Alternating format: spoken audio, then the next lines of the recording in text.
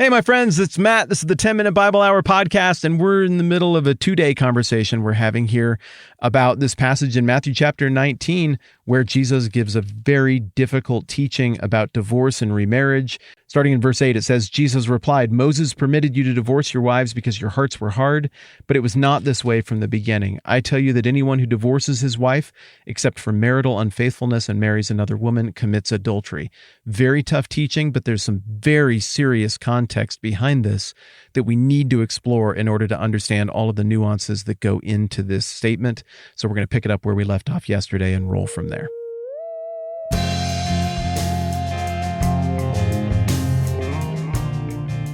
So Jesus says your hearts were hard, and that's why Moses permitted a divorce. That's referenced in Deuteronomy 24. But then Jesus goes on to say, but it wasn't this way from the beginning.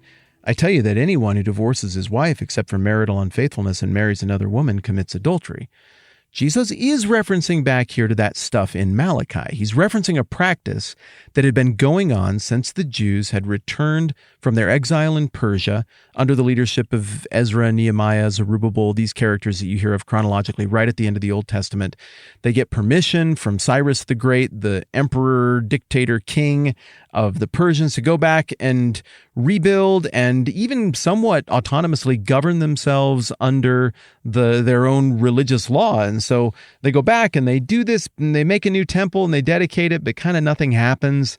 And it feels like God is distant. And even in Malachi chapter 2 there, you could hear the disappointment that people were expressing. It like, well, the temple used to work. We did sacrifices and it worked, but something's gone wrong. There's an estrangement. There's a distance that has occurred in this time. And part of that distance was a social hardening, some ick practices that started to develop that the prophets called out, and then that Jesus calls out, picking up where they left off here in the book of Matthew. One of those practices that was an injustice and a moral outrage was this practice by which almost exclusively only men could divorce their wives. There was some percentage of the community that would view that with judgment, but a whole lot of the religious leaders would grant such a divorce absolutely readily. And so if a man got to a place where he's like, I'd kind of like a younger model, this woman has already done for me the things I wanted her to do for me, he could simply divorce her and move on to something he thought was better, which was not quite a death sentence for that woman, but it was an unbelievable injustice to that woman to say, well, technically, I did do paperwork, and there is kind of a vague allowance for me divorcing you in Deuteronomy 24, and she is hotter than you. Like, if you were in my position, I think you'd do the same thing. So out with you, take your stuff. It's oppression, it's injustice, it's vile, it's evil. These men were making life promises. They were attaching themselves at the level of the soul to their wives. They were making life together, not just for the two of them, but making humans who, according to Malachi, God intended to be raised up in keeping with the values of the kingdom and the values of who God is, and they weren't doing it. And these divorces were destroying women. They were destroying children. It was a generational crime against your own offspring and their offspring after that. It was a crisis. It wasn't just some puritanical nitpicking that was happening at this point. It was a massive problem. But the men who did it were technically correct.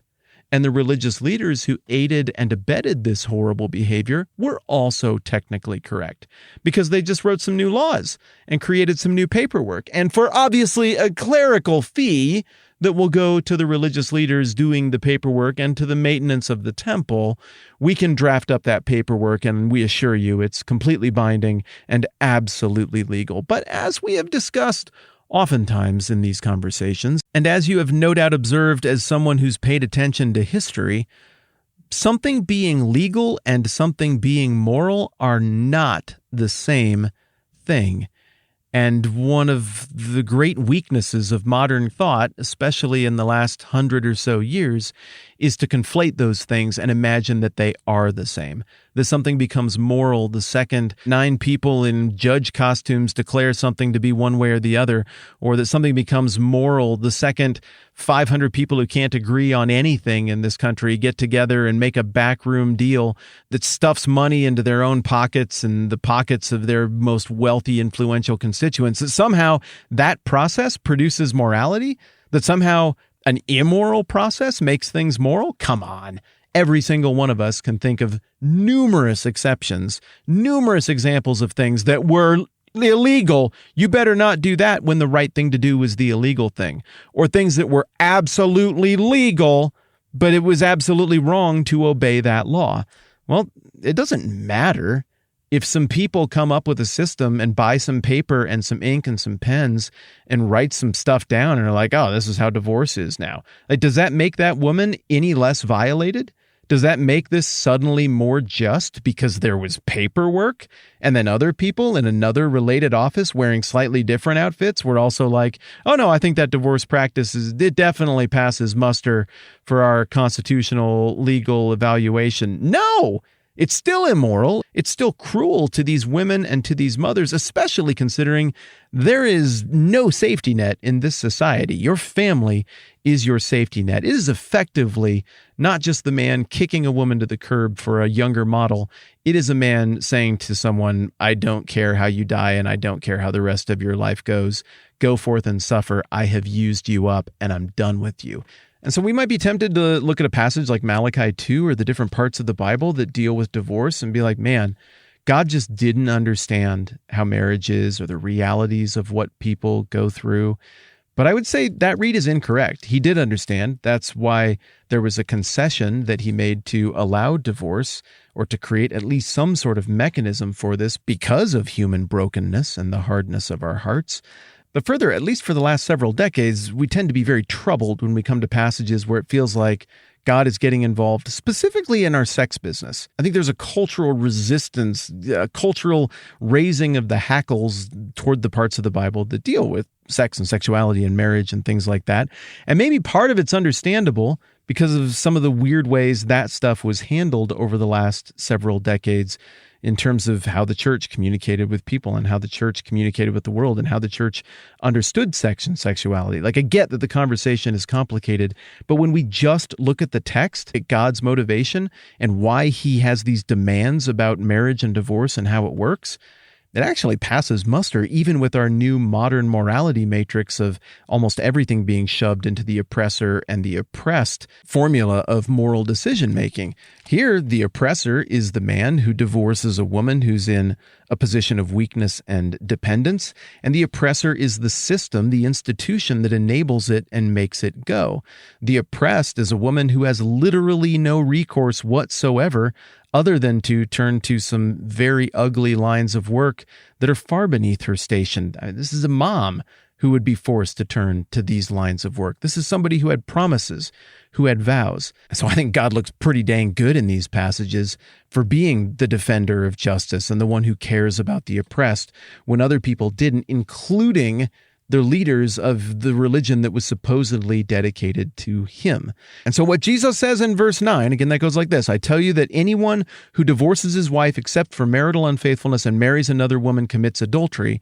If we read that completely divorced from historical context, we could look at that and be like, man, the Bible is narrow and bigoted, and Jesus is narrow and bigoted and unforgiving and not understanding of men and women and what they've gone through. But when we understand the cultural practice of cheap, lazy divorce, which is effectively highbrow, fancy adultery anyway, and the negative effect, not just on the heart of the woman, but on the prospects for life for that woman and the kids who came out of that family, Jesus' teachings look not only not oppressive and not understanding, they look profoundly justice-oriented and profoundly understanding to someone who at this time nobody in culture apparently gave a rip about.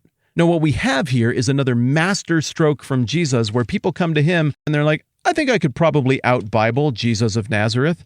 And then he utterly shames them by pointing out the gross hypocrisy of their own practices and things that everybody considers to be completely moral and completely normative. $1 billion question then, well, what about divorce and remarriage? Well, if we take this contextually, we understand that Jesus is being presented with two options. One is, heck yeah, you can get divorced for literally anything you want. Just fill out the paperwork and pay the proper clerical fee, and they just make sure it gets delivered to the woman properly, and you can throw her crap out on the front yard. You never have to look at her or talk to her again. That's option number one.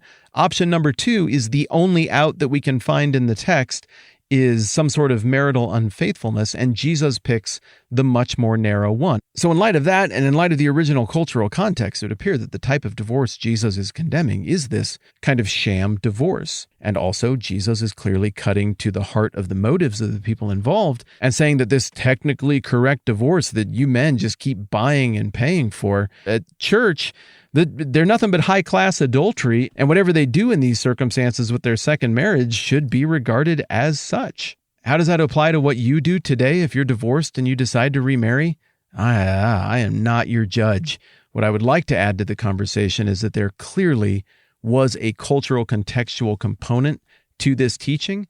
Bottom line, Jesus indicates that people were made to fit together in love and in marriage and intimacy, and that marriage is a very special institution where two individuals become one thing. The offspring of these unions was supposed to be something special and unique, and God says that he hates divorce. Ultimately, I am some clown on the internet who tries to think about the Bible and make sense of it and talk about it in a way that might be fun or interesting with you, and I am not your judge when it comes to divorce, remarriage, what you've been through, what you do with a passage like this. What you're going to get from me on this is grace and understanding from one person who screwed things up and been hurt by other people's decisions to another person who no doubt has screwed things up and has been hurt by other people's decisions. Grace and the peace of God to all of us on these difficult things. Thanks for kicking around this passage with me. I'm Matt. This is the 10-Minute Bible Hour podcast. Let's do this again soon.